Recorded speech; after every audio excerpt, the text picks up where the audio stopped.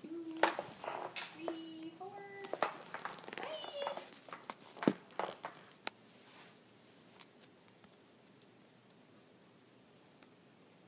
Sex, labor, and the Bible. Let my people go. Most of us can recall these words that Moses said to Pharaoh in the book of Exodus. But for those of us that don't know, Moses is directed by God to go to Pharaoh and ask Pharaoh to release the Jews from his grip of slavery. Now, you may be wondering, why is she referring to a Bible story when I thought this was supposed to be about human trafficking? Well, that's a good question. This is because that human slavery is still alive in our world today, regardless of what we think about it. In our ACU bubble, it is easy to believe that slavery is a thing of the past, that it is something to be learned from. However, that is incorrect. Slavery is alive and thriving in our world today, in all nations and countries. The United States Department of Justice helps us define what human trafficking really is. In 2014, they defined it as the act of compelling or coercing a person for labor, services, or commercial sex acts. This year, the Global Impact Human Trafficking Fund says that human trafficking is the second largest criminal enterprise in the world today, after drug smuggling and arms dealing. People are taken for two main primary reasons: labor and sex. But with the help of donations and raising awareness, no more will be forced to go into this lifestyle. Human trafficking is a topic that we hear about frequently, but do not know many facts about.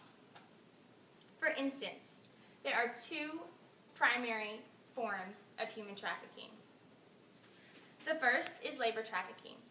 This is when someone is taken against his or her will and is used for cheap labor. Most abductors target small children for this. As CEO of Dente Consultancy International, Carl Conradi tells us his ideas on child labor.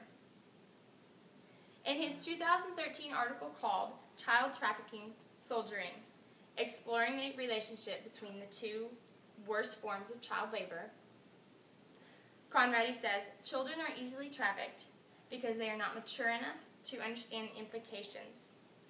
This means that children are easily convinced to go with other adults and do not understand what they are doing and who they are going with.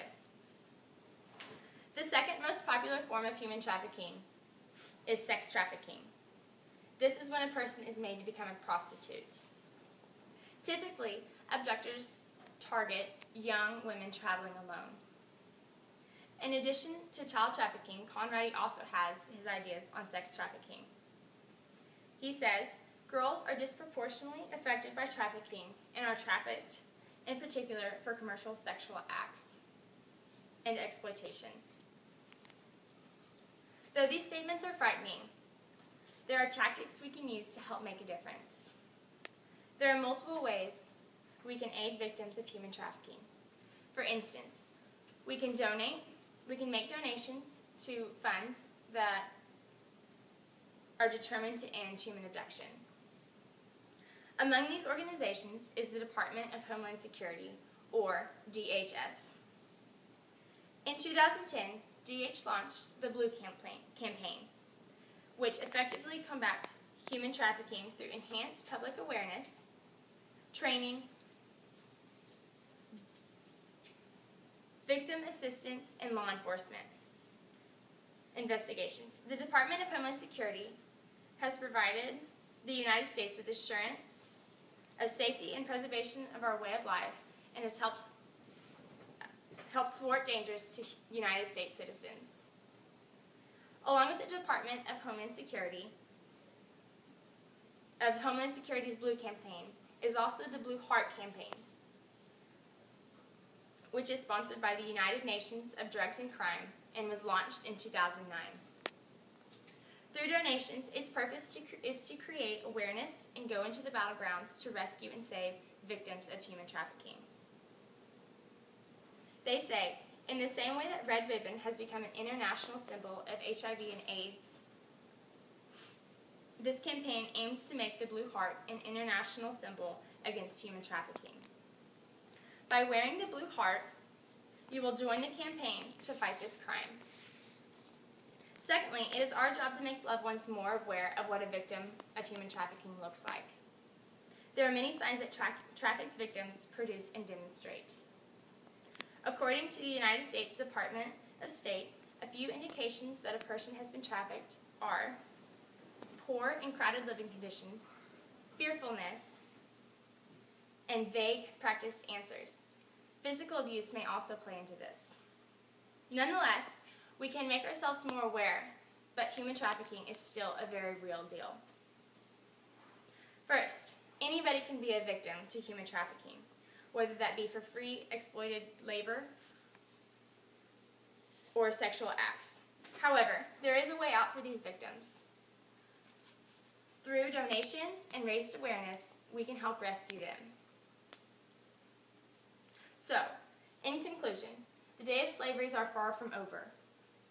Public Broadcasting Station, or PBS, says that 600 to 800,000 people are trafficked each year. This number should be 0. I challenge you to think about your mother, your brother, your sister, and even yourself. It is everybody's responsibility to end human trafficking. So, perhaps we should take Moses' advice on this and take a bold stand to say, "Let my people go."